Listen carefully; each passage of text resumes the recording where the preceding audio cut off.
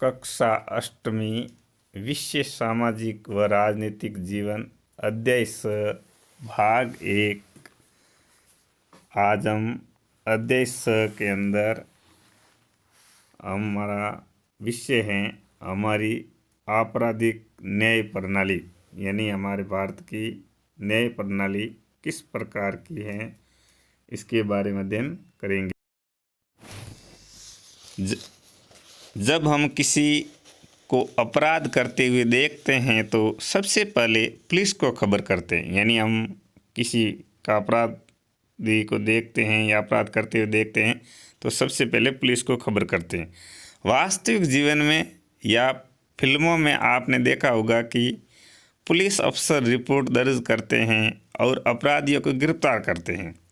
अपराधियों को गिरफ्तार करने में पुलिस की जो भूमिका होती है उसके आधार पर कई बार ऐसा लगता है कि मानो पुलिस ही तय करती है कि कोई अपराधी है या नहीं, लेकिन ऐसा नहीं है। जब किसी व्यक्ति को गिरफ्तार किया जाता है तो अदालत ही तय करती है कि आरोपी वाकई दोषी हैं या नहीं। संविधान के अनुसार अगर किसी भी व्यक्ति पर कोई आरोप लगाया जाता है तो उसे निष्पक्ष सुनवाई का भी अधिकार होता है। क्या आप जानते हैं कि निष्पक्ष सुनवाई का मौका हासिल करने का क्या मतलब होता है?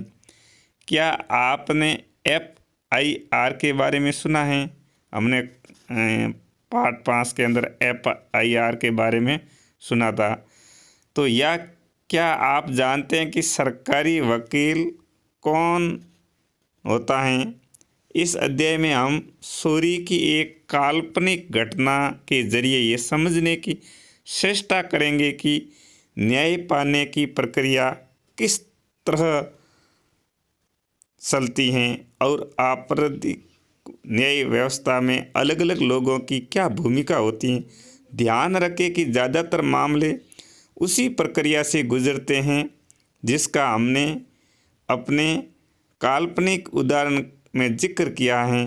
फलस्वरूप इन प्रक्रियाओं को समझना या आपराधिक न्याय व्यवस्था में अलग अलग लोगों की भूमिकाओं को समझना महत्वपूर्ण होता है।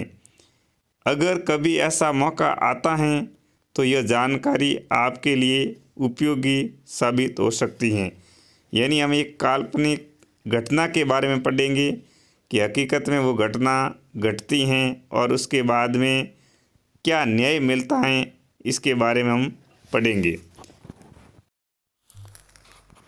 आपराधिक न्याय प्रणाली का अर्थ। आपराधिक न्याय प्रणाली का तात्पर्य सरकार की उन एजेंसियों से है जो कानून लागू करने, आपराधिक मामलों पर निर्णय देने और आपराधिक आचरण में सुधार करने हेतु कार्यरत हैं। FIR दर्ज करना, अपराध के बारे में मिली शिकायत की जांच करना और सबूत इकट्ठा करना। सबूतों से आरोपी को दोषी साबित होता दिखाई दे रहा है तो पुलिस अदालत में आरोप पत्र चार्जशीट दाखिल करती है। प्रश्न। संविधान के अनुच्छेद 22 और फौजदारी कानून में प्रत्येक गिरफ्तार व्यक्ति को कौन कौन से मौलिक अधिकार दिए गए हैं? हम एक काल्पनिक घटना के बारे में अध्ययन करते हैं। मुंबई के एक मकान में श्रीमती शिंदे तैयार हो रही थी।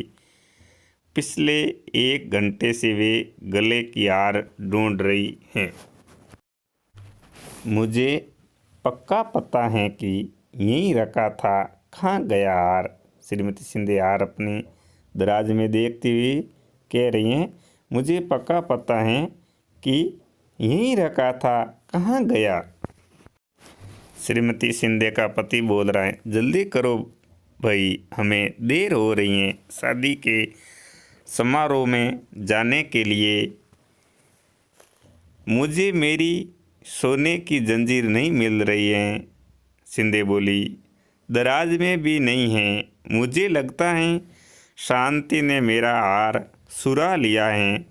मेरे कमरे में सफाई करते हुए वह ज़्यादा ही समय लगाती हैं। यानी शिंदे अपने पति से कहती हैं कि मुझे मेरा हार नहीं मिल रहा है।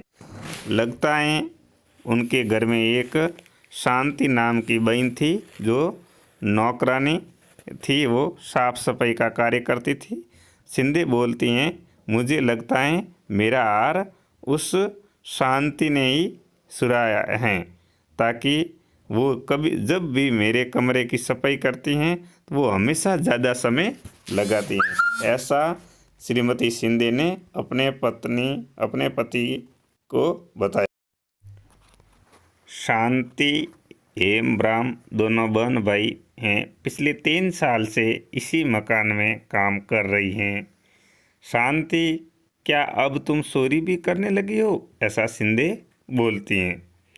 और वो भी सोने का हार? अपना बक्सा लाओ, मैं अभी तलाश लूँगी। हमने पुलिस को बुला लिया है। अगर तुमने हार लिया है तो अभी लौटा दो। ऐसा शिंदे शांति को बोलती हैं। तो शांति बोलती हैं, नहीं मैडम, मैंने चोरी नहीं की। शिंदे साहब शांति के बक्से की तलाश लेते हैं, जिसमें एक लिफाफे में 10,000 रुपये मिलते हैं। वह शांति पर सिलाने लगते हैं। उन्हें यकीन हो जाता है कि शांति ने हार बेच दिया और यह उसी का पैसा है। साहब, शांति बोलती हैं, साहब, मेरा भाई और मैं पिछले साल भर से पैसे जमा कर रहे हैं। हम गांव लौटकर एक बैल खरीदना चाहते हैं। मैडम, मैं बेगुनाह हूँ। ऐसा शांति उस शिंदे मैडम के आगे अपना विनम्र निवेदन करती हैं कि यह राशि जो 10,000 रुपये हैं वो मेरे भाई और मेरी स्वयं की मजदूरी की है। हमने यहाँ रहकर ये राशि इकट्ठी की है और घर जाकर हम बैल खरीदना चाहते हैं, पर मैंने किसी भी प्रकार का हार नहीं लिया। मिस्टर शिंदे थाने में पहुंच जाते हैं। थाना अधिकारी के आगे जाते हैं। थाना अधिकारी बोलता है, जी कहिए, यहाँ आपका आना कैसे हुआ? मिस्टर शिंदे बोलता है, मैं FIR लिखाने आया हूँ। मेरे घर में चोरी हुई है। घर की नौकरानी शांति ने मेरी पत्नी का हार चुरा लिया है। वो पुलिस थाने में जाकर इस प्रकार की सूचना देते हैं और FIR दर्ज कराते हैं शांति पर। शिंदे साहब के कहने पर सब इंस्पेक्टर राव ने FIR दर्ज कर लेते हैं। शिंदे साहब सब इंस्पेक्टर राव के साथ घर आते हैं। अब मैं इस चोरी के बारे में श्री शिंदे और उसकी पत्नी के बयान दर्ज करूंगा। रुपयों के लिफाफे को सील करके सबूत के तौर पर अपने साथ ले जा रहा हूं और मैं शांति को गिरफ्तार कर थाने ले जा रहा हूं।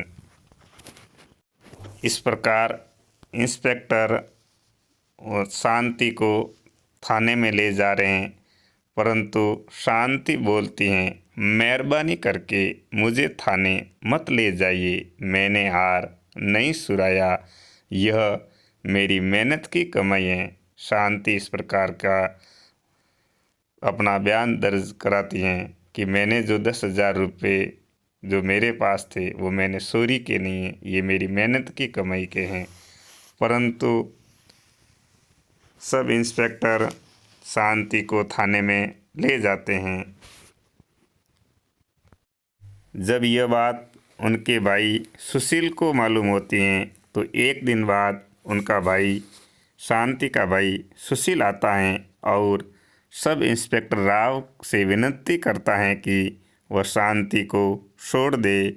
उसने सोने का हार चुराया है। तुम अदालत में जमानत का आदेश लेकर आओ। जब वो सब इंस्पेक्टर कहता है कि शांति ने सोने का हार चुराया है, तुम अदालत से जमानत का आदेश लेकर आओ। लेकिन उस उसका भाई सुशील बोलता है कि मैं वकील की फीस कहाँ से लाऊंगा और उसके लिए कौन जमानती बनेगा। आपने हमारी सारी कमाई तो सील करके अपने पास रख ली।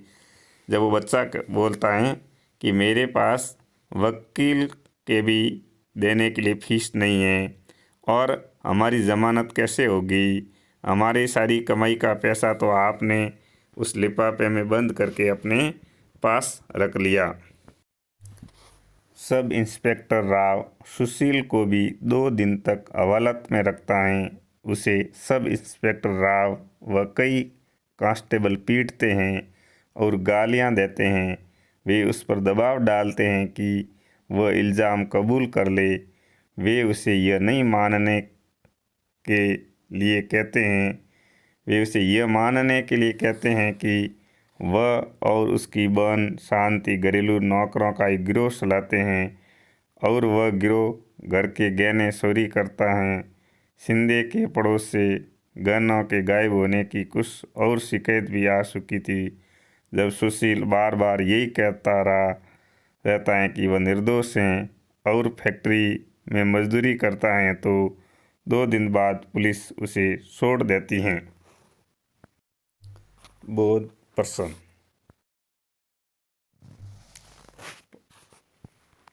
प्रश्न क्रमांक 1, अपराध संबंधी रिपोर्ट कहाँ दर्ज कराई जाती है। अपराध संबंधी रिपोर्ट पुलिस थाने में दर्ज कराई जाती है। प्रश्न क्रमांक 2, आरोपी दोषी हैं या नहीं यह कौन तय करता है।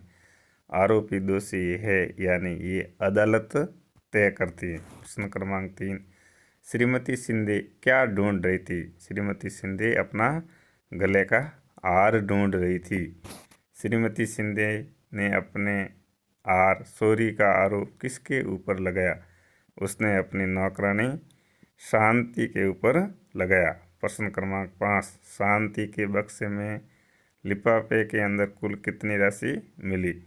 शांति के बक्से में लिफाफे के अंदर कुल 10,000 रुपये मिले। गृह कार्य। प्रश्न क्रमांक 1, मिस्टर शिंदे FIR लिखाने कहाँ जाते हैं।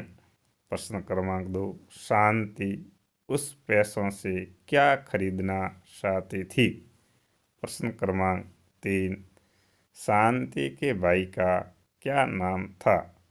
प्रश्न क्रमांक 4, सुशील को कितने दिन तक अदालत में रखा जाता है। प्रश्न संख्या 5, सुशील सब इंस्पेक्टर के सामने बार बार क्या बोलता रहा।